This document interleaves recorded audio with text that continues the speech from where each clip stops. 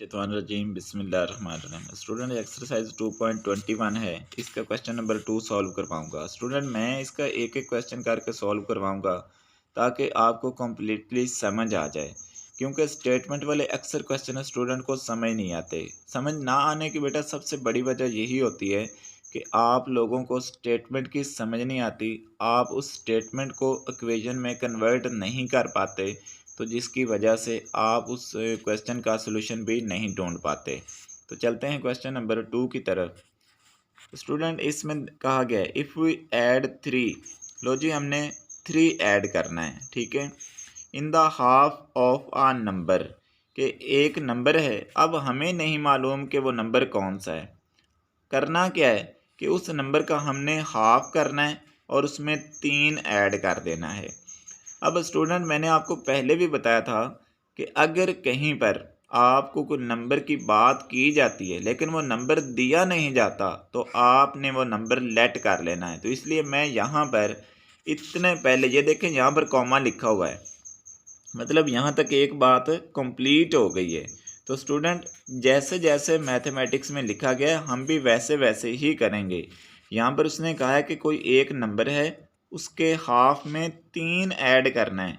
तो सबसे पहले मेरे पास नंबर नहीं है, तो इसलिए मैं नंबर को लेट कर लेता हूँ। तो चलते हैं स्टूडेंट नंबर को लेट कर लेते हैं, बाकी स्टेटमेंट मैं आपको समझाता हूँ। फिर मैं लेट कर लेता हूँ कि जो नंबर है, लेट रिक्वायर्ड नंबर, कि जो नंबर मुझे चाहिए या वो जिस नंबर की बात कर रहा है ना, let required number equal to x, कि आप वो कंसीडर कर लें कि वो नंबर जी एक्स है। अब देखें अब करना क्या है, वो कह रहा है कि इस नंबर का हाफ कर दें, ठीक है, और इसमें 3 ऐड कर दें। तो स्टूडेंट अभी ये बाद में हम ये भी करेंगे।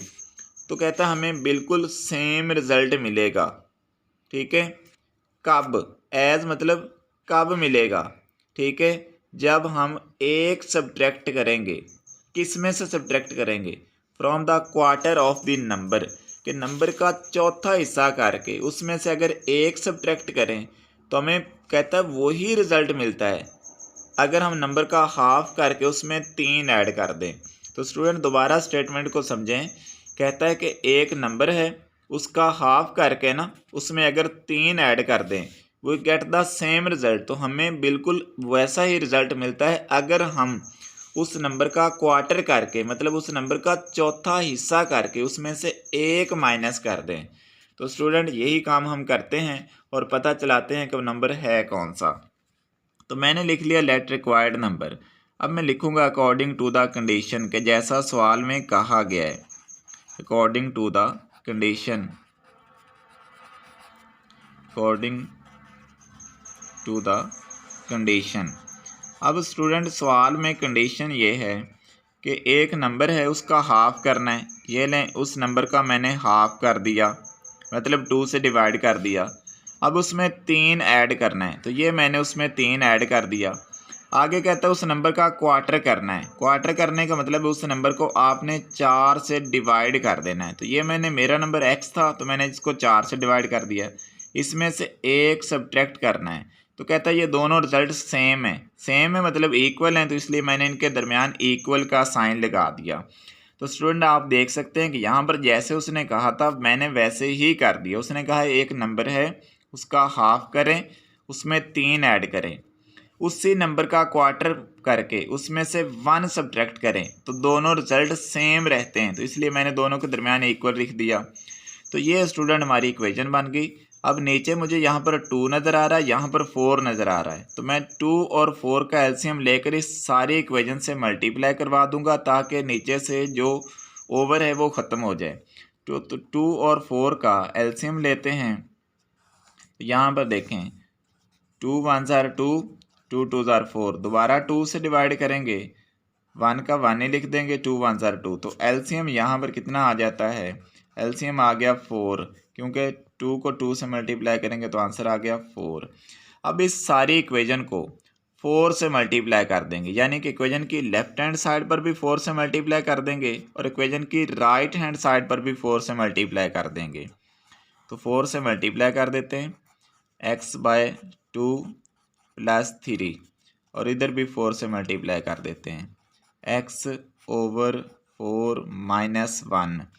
तो x/2 को 4 से मल्टीप्लाई करेंगे, x/2 मल्टीप्लाई 4, तो 2 1 ज़ार 2 और 2 2 ज़ार 4, तो यहाँ पर 2 बचा, ये 2 x के साथ मल्टीप्लाई होगा 2x बन जाएगा, तो यहाँ पर 2x बन गया।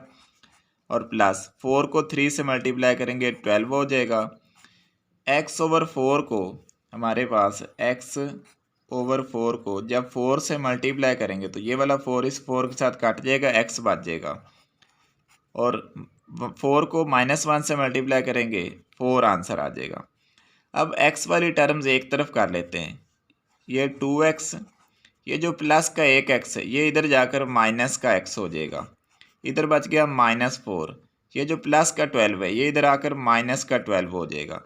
2 x हैं, उसमें से एक x निकाल दें तो बाकी एक x बच गया, यानी 1x। यहाँ पर 1 लिखने की ज़रूरत नहीं है।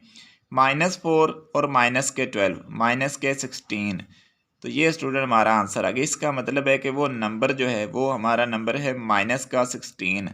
अब स्टूडेंट आप अपनी वेरिफिकेशन के लिए कि अपना आंसर दुरुस्त है या गलत है, आप इसको चेक भी कर सकते हैं। ये देखें, मैं सवाल का हिस्सा नहीं है लेकिन मैं आपको चेक करवा देता हूँ। सवाल आपका यहाँ पर कंप्लीट हो गया, वो नंबर -16 है। तो अभी जैसा सवाल में कहा गया था मैं वैसे करके देखता हूँ कि क्या मेरा आंसर दुरुस्त है या गलत है। तो स्टूडेंट देखिएगा, मैं इसी नंबर का यहाँ पर लाइन लगा देता हूँ क्योंकि मेरा क्वेश्चन ख़त्म हो गया है। मैं इसी नंबर का हाफ करता हूँ और इसमें 3 ऐड करता हूँ। मैं इसी नंबर का क्वार्टर करता हूँ और उसमें से 1 सब्ट्रैक्ट करता हूँ, तो 2 8 हो जाएगा, -8 + 3, तो ये हो जाएगा -4 -1। तो यहाँ पर देख लें -5 आ गया और इधर भी -5 आ गया।